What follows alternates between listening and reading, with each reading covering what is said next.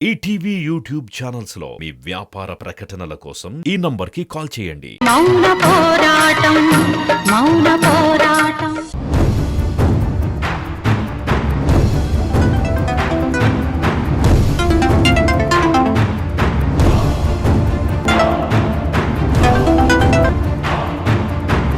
అమ్మా చెప్పు.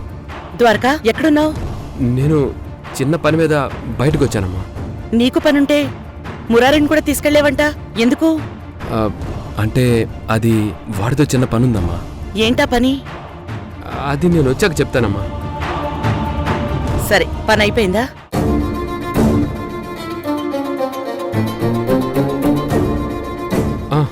అయిపోయిందమ్మా. సరే, వెంటనే బయలుదేరా. వస్తున్నానమ్మా. వస్తున్నావా? వచ్చేస్తున్నానమ్మా.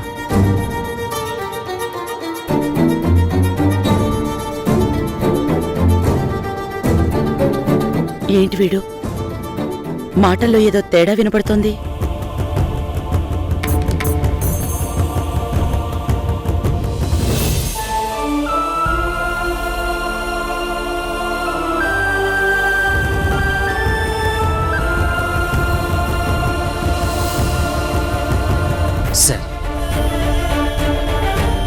సార్, పోలీసుగా మీరు ఎంత కఠినంగా ఉంటారో ఫ్యామిలీ విషయంలో అంత సున్నితంగా అయిపోతారు సార్. వాడు నా తమ్ముడు చారి. వాడంటే నాకు ప్రాణం. కానీ ఏం చేస్తాం, తప్పలేదు. ఇప్పుడు ఏం చేస్తారు సార్? ఇంటికి వెళ్తాను, అమ్మతో చెప్తాను. తప్పదు కదా. చారిగారు, తమ్ముడిని జాగ్రత్తగా చూసుకోండి.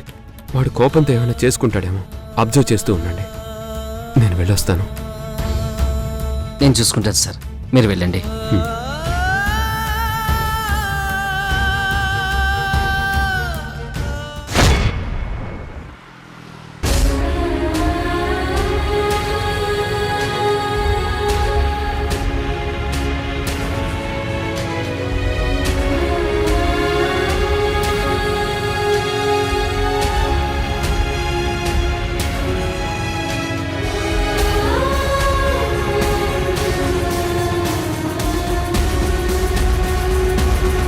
మయూరి, ఎందుకు ఏడుస్తున్నావు?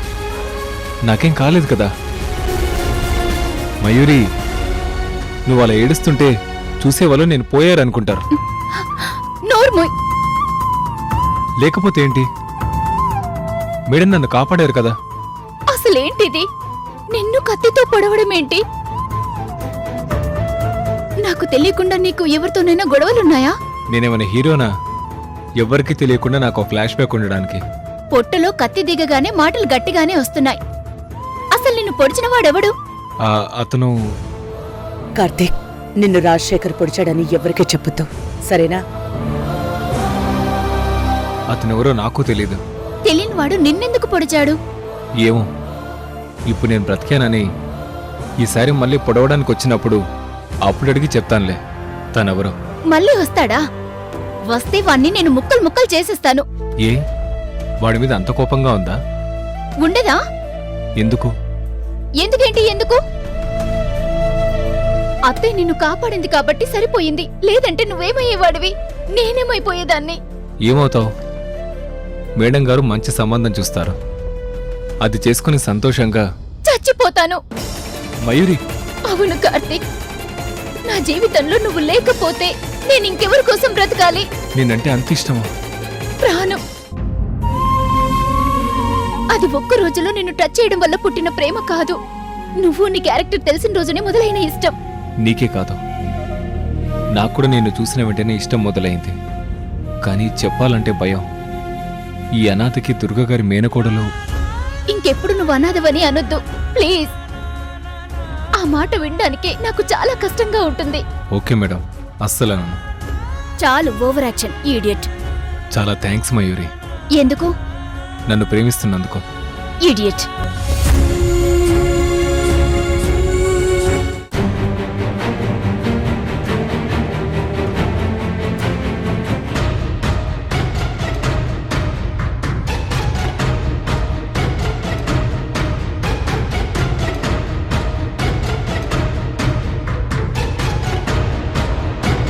నక్షత్ర ఈవిడ ఇద్దరిని ఇంటికి రమ్మని పిలిచింది కదా, అంటే ద్వారక మురారిని తీసుకొని వస్తాడంటావా? అరెస్ట్ చేసిన మనిషిని ఎలా తీసుకొస్తాడత్తయ్య గారు? ఒక్కడే వస్తాడు.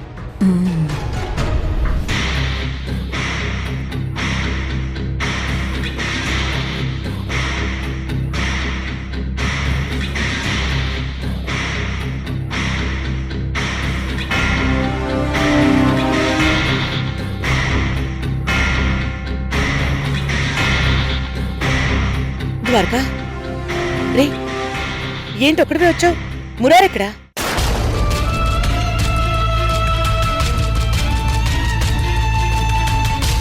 ఏంట్రా మాట్లాడు? మురారిని ఎక్కడికి తీసుకెళ్ళావు? వాణ్ణి కూడా ఇంటికి తీసుకురమ్మని చెప్పాను కదా, ఏ వాడితో ఏం పని నీకు? అమ్మా, ద్వారకా ఏంట్రా నువ్వు కంటి తడి పెడుతున్నావేంట్రా? ద్వారకా ఏమైందో చెప్పు, చెప్పు. నేను తప్పు చేశానమ్మా. నువ్వు తప్పు చేయడం ఏంట్రా? అసలు ఏమైందో చెప్పరా?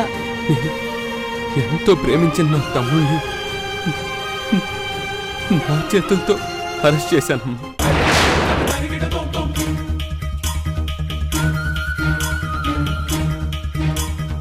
ద్వారకా మురారిని అరెస్ట్ చేశావా? ఎందుకు? తమ్ముడికి ఏ కష్టం రాకూడదని, ఎంతో బాగా చూసుకోవాలని ఆశపడే నేనే నా తమ్ముడిని కష్టంలోకి నడిపించి జైల్లో కూర్చోబెట్టి వచ్చానమ్మా. అసలు వాణ్ణి నువ్వు అరెస్ట్ చేయడం ఏంట్రా? ఏం జరిగింది చెప్పు, చెప్పు ద్వారకా.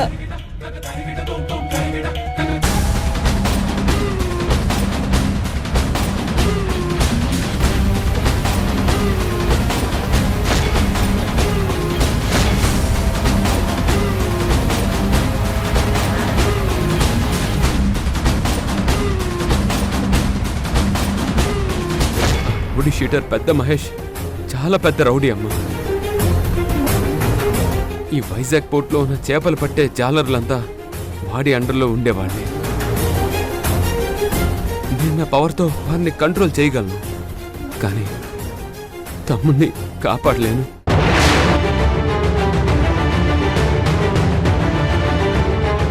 నేను తమ్ముడి చుట్టూ ఎంత సెక్యూరిటీ పెట్టినా మహా అయితే 4 పోలీసులుంటారు. వాళ్ళు తమ్ముడిని కాపాడాలంటే చాలా కష్టం. అవతల వాడి మనుషులు 100 మంది ఉంటారు. ఏదో ఒక టైంలో తమ్ముడు ఒంటరిగా వాడి మనుషులకి దొరికేశాడంటే మనం తమ్ముడిని పోగొట్టుకోవాల్సి వస్తుందమ్మా.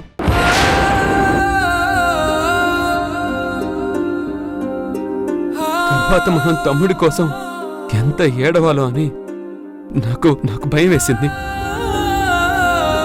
అందుకేనమ్మా తమ్ముడిని కాపాడుకోవడానికి పోలీస్ స్టేషన్ కంటే సేఫ్ ప్లేస్ ఇంకేదీ లేదనిపించింది. పైగా వాడు కూడా కేసు పెట్టే ఉన్నాడు. అందుకే నా మనసు ఎంత ఒప్పుకోకపోయినా దాన్ని గుండె లోతుల్లోకి తొక్కిపెట్టి తమ్ముడిని అరెస్ట్ చేశానమ్మా. ద్వారకా ఊరుకోరా, పద ముందు పోలీస్ స్టేషన్ కి వెళ్ళి వాడిని చూసొద్దాం, పద. చూడు, ఇప్పుడు దుర్గ కూడా అక్కడికి వెళ్లి ద్వారకకి సపోర్ట్ చేయాల్సిన పరిస్థితి వస్తుంది. మురారిని లోపలే ఉండమంటుంది. దాంతో మురారికి దుర్గ మీద కూడా స్లో పాయిజన్ స్టార్ట్ అవుతుంది. కాకపోతే అది చాలా చాలా స్లోగా ఎక్కుతుంది. అయినా పర్వాలేదు అత్తయ్య గారు. మురారికి దుర్గ మీద ద్వేషం ఎంత కొంచెంగా పెరిగినా చాలు, అది కొంచెం కొంచెంగా పెరిగి కొండంతవ్వాలి. దుర్గకి ద్వారకకి మురారి దూరం అవ్వాలి. దానికి పునాది వాళ్లే వేస్తున్నారు. పద, మనం వెళ్ళి అది గట్టిపడ్డానికి నీళ్లు చల్లుదాం. పద.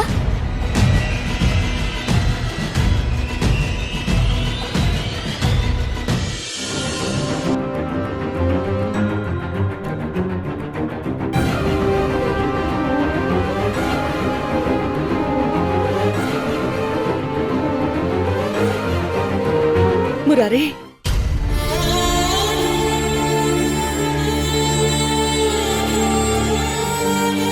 ఏంట్రా ఇది? నేను నిన్ను ఇలాంటి పరిస్థితుల్లో చూడాల్సి వస్తుంది అనుకోలేదురా.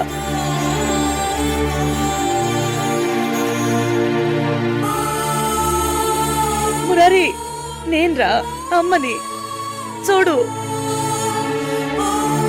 నీ కోపం వచ్చిందని అన్నయ్య చెప్పాడు. కానీ కోపం వచ్చినా బాధ వచ్చినా నువ్వు చెప్పుకునేది ఈ అమ్మతోనే కదా. అంటే ఇప్పుడు నీకు ఆ అమ్మ మీద కూడా కోపం వచ్చిందా? అమ్మా అమ్మా అమ్మా, నువ్వు అలా అనకమ్మా.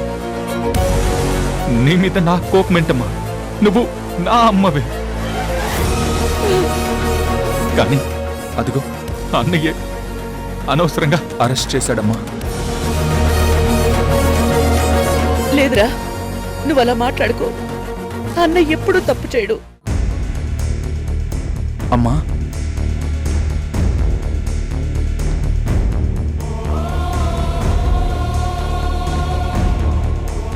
అన్నయ్య తప్పు చేయడా? అంటే నేను తప్పు చేశానా అమ్మా? ఏనన్నా, నువ్వు ఆడింది ఇల్లీగల్ గేమ్ కాదా? అది తప్పు కదా? నేను నీకెప్పుడో చెప్పాను, వద్దురా అలాంటి గేమ్స్ ఆడుకో అని. నువ్వు నా మాట ఎందుకు వినలేదు? నాకు తెలియకుండా నైట్ ఎందుకు బయటికి వెళ్ళావు? అంటే నీకు ఈ అమ్మ మాట మీద గౌరవం లేదు కదూ? అమ్మా వద్దమ్మా, వద్దు. నేనిలా నీ కళ్ళ ముందు ఇలా సెల్లో ఉండడమే నాకు చాలా పెద్ద శిక్షలా ఉంది. నువ్వలా మాట్లాడుతూ ఇంకా నాకు పెద్ద శిక్ష వేయొద్దమ్మా. నీకిది శిక్షగా ఉందేమోరా, నాకు చాలా కష్టంగా ఉంది. నేనిలా చూడడం నాకు చాలా కష్టంగా ఉంది. అందుకేరా అమ్మ చెప్పినప్పుడు వినాలి. అమ్మా వింటానమ్మా, అమ్మ మాటే వింటానమ్మా. ఏమ్మా, ఎప్పుడైనా నీ మాట కాదని నేనేదైనా చేశానా? మరి ఇప్పుడు ఎందుకు చేసావురా? తప్పక చేశానమ్మా, అలా చేయాల్సి వచ్చింది. ఏరా, అంత తప్పని పరిస్థితి ఏమొచ్చిందిరా నీకు? అమ్మా అది ఏంట్రా చెప్పు. అమ్మా అది ఈరోజు మదర్స్ డే కదా, నీకు సర్ప్రైజ్ పార్టీ ఇద్దామని నేను భీమిలి బీచ్ దగ్గర చాలా గ్రాండ్గా ఏర్పాట్లు చేయించానమ్మా. వాటికి డబ్బు అవసరమైంది. అదే టైంకి మా ఫ్రెండ్ వచ్చి ఫైట్ గురించి చెప్పాడు. అసలే నేను రాను అని చెప్పానమ్మా. కానీ డెకరేషన్ వాళ్ళకి డబ్బు కట్టాల్సి వచ్చి ఈ ఫైట్కి వెళ్లాల్సి వచ్చింది. ఏరా, నువ్వు పార్టీ ఏర్పాటు చేస్తే నేను సైలెంట్ గా అక్కడికొచ్చి కేక్ కట్ చేస్తానని ఎలా అనుకున్నావు? నీ దగ్గరంత డబ్బు లేదని నాకు తెలీదా? అదంతా ఎలా ఏర్పాటు చేశావని నేను అడగనా? నువ్వు ఇల్లీగల్ ఫైట్ చేసి గెలిచిన డబ్బుతో ఏర్పాటు చేసిన పార్టీకి నేనెలా ఒప్పుకుంటానురా? సరే, ఈ విషయం వదిలే, అయ్యిందేదో అయిపోయింది. ముందు చెప్పు, ఫైట్ లో అబ్బాయిని నువ్వెందుకురా కొట్టావు? అయ్యో అమ్మా, నేను నిజంగా రాజేష్ని అంత బ్యాడ్గా కొట్టలేదమ్మా. జస్ట్ కాసేపు ఫైట్ తర్వాత వాడు నన్ను అనాథ అనాథ అని రెచ్చగొడితే కోపంతో 5-6 పంచులే కొట్టాను. అంతే, వాడు కింద పడిపోయాడు. అదేంటి మరి? వాడి తల పగిలి కాళ్ళు చేతులు విరిగి నడుం కూడా విరిగిపోయి హాస్పిటల్లో ఉన్నాడని. అమ్మా, నేనిచ్చే పంచులకి తల ఎలా పగులుతుందమ్మా? ద్వారకా, కానీ వాడు మురారి కొట్టిన దెబ్బలకే హాస్పిటలైజ్ అయ్యాడని హాస్పిటల్ రిపోర్ట్స్ కూడా చూపించాడమ్మా ఆ పెద్ద మహేష్. చూడు,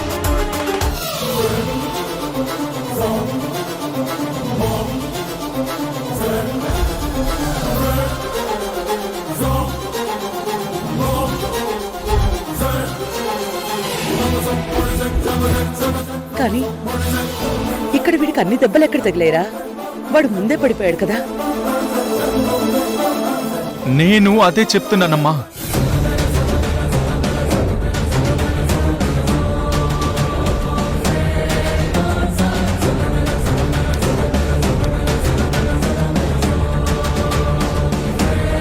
కానీ ఆ రౌడీ షీటర్ తమ్ముడే వాళ్ళ తమ్ముడిని చావగొట్టాడని కేసు పెట్టాడు.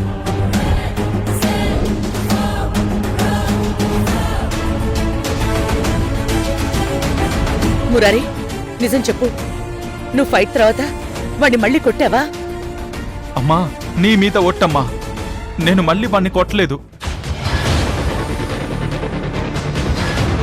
అసలైతే వాడు నాకు ఫ్రెండ్ అమ్మా.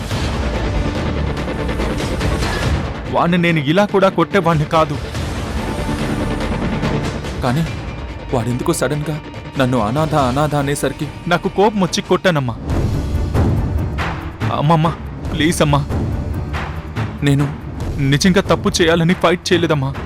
నన్ను వదిలేయమని అన్నయ్యకి చెప్పమ్మా ప్లీజ్. మురారి, నిన్ను అరెస్ట్ చేయడం నాకు ఇష్టం లేదు. కానీ ఆ మహేష్ గాడు నీ మీద కేసు పెట్టాడు. ఎఫ్ఐఆర్ నమోదయ్యాక నేరం చేయలేదని ప్రూవ్ అయ్యే వరకు మేము నిన్ను వదిలిపెట్టకూడదు.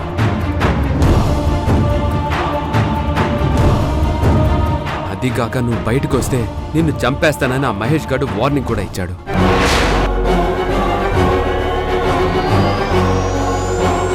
ఇప్పుడు నిన్ను వదిలేయాలంటే ఒక్కటే దారి, ఆ మహేష్ గాడే వచ్చి నీ మీద కేసు విత్డ్రా చేసుకోవాలి.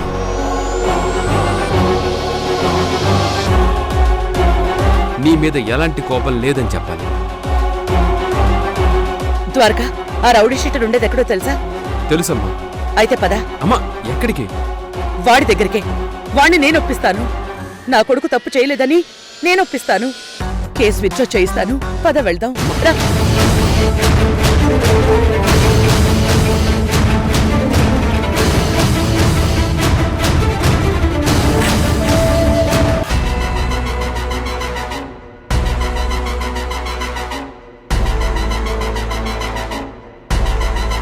నమస్తే సిఐ గారు. నమస్తే. ఏంటి ఇలా వచ్చారు?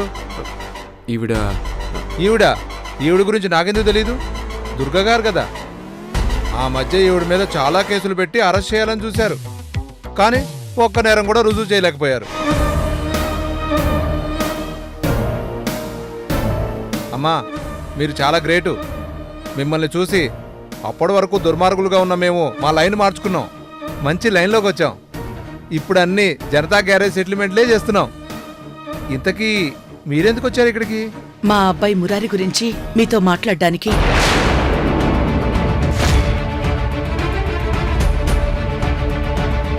ఏంటి, వాడు మీ కొడుకా? అవునండి, మా మురారి మీద మీరు పెట్టిన కేసు విత్డ్రా చేసుకోమని రిక్వెస్ట్ చేయడానికి వచ్చాను. అందుకేనా సీఏని వెంట పెట్టుకుని వచ్చారు? ఈవిడ మా అమ్మగారు. అవునా? కానీ అప్పట్లో మీరే ఆవిడ మీద కేసులు పెట్టి. అదంతా చాలా పెద్ద కథ. ఇంతకీ మా అమ్మ రిక్వెస్ట్ని మన్నించి కేసు విత్డ్రా చేసుకో. కుదరదండి. వాడు నా తమ్ముడిని చావు వరకు తీసుకెళ్లాడు. అలాంటి వాడిని ఎలా వదిలేస్తాననుకున్నారు? మా మురారి అలా ఎప్పటికీ చేయడు. నా పెంపకంలో పెరిగిన బిడ్డ. కానీ పెంపకం అతని బుద్ధిని మార్చలేదు కదండి. అందుకే నా తమ్ముడిని అంత దారుణంగా కొట్టాడు. మీరు మాట్లాడేది నిజం కాదు. వాడు తప్పు చేయడం చెప్తున్నాను కదా. నా దగ్గర రుజువులున్నాయి. చూడండి.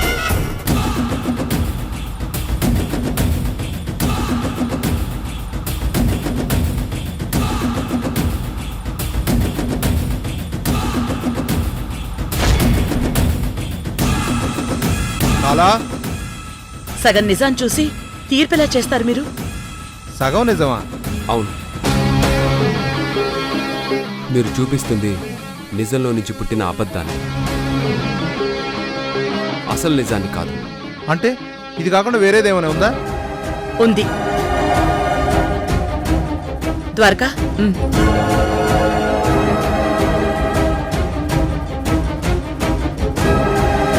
చూడండి.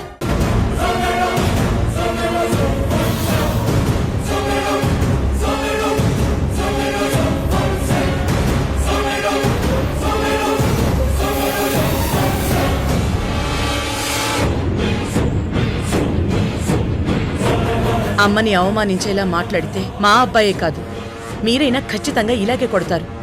అవునా కాదా? ఇదంతా ఇదే నిజం. మీరొక విషయం అబ్జర్వ్ చేయండి. మా అబ్బాయి మీ తమ్ముణ్ణి కొట్టిన దెబ్బలు మీ తమ్ముణ్ణి చావు బ్రతుకుల వరకు తీసుకెళ్లలేదు. ఆ ఆటలో ఓడించేంతవరకే వాళ్ళిద్దరూ ఆడారు. ఆ తర్వాత మా అబ్బాయి ప్రైజ్ మనీ తీసుకుని ఇంటికొచ్చేశాడు. అంటే మీ ఉద్దేశం మా తమ్ముడిని వేరే ఎవరో కొట్టారనా? ఉద్దేశం కాదు, అదే నిజం. కానీ అదే నిజమని మీకెలా తెలుసు? ఈ వీడియో ఎవరైతే షూట్ చేశారో ఆ కుర్రాడే చెప్పాడు.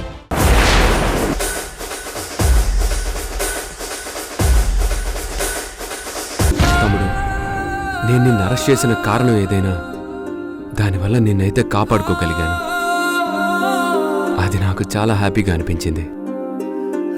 కానీ ఒక్క విషయంలో మాత్రం చాలా బాధగా అనిపించింది.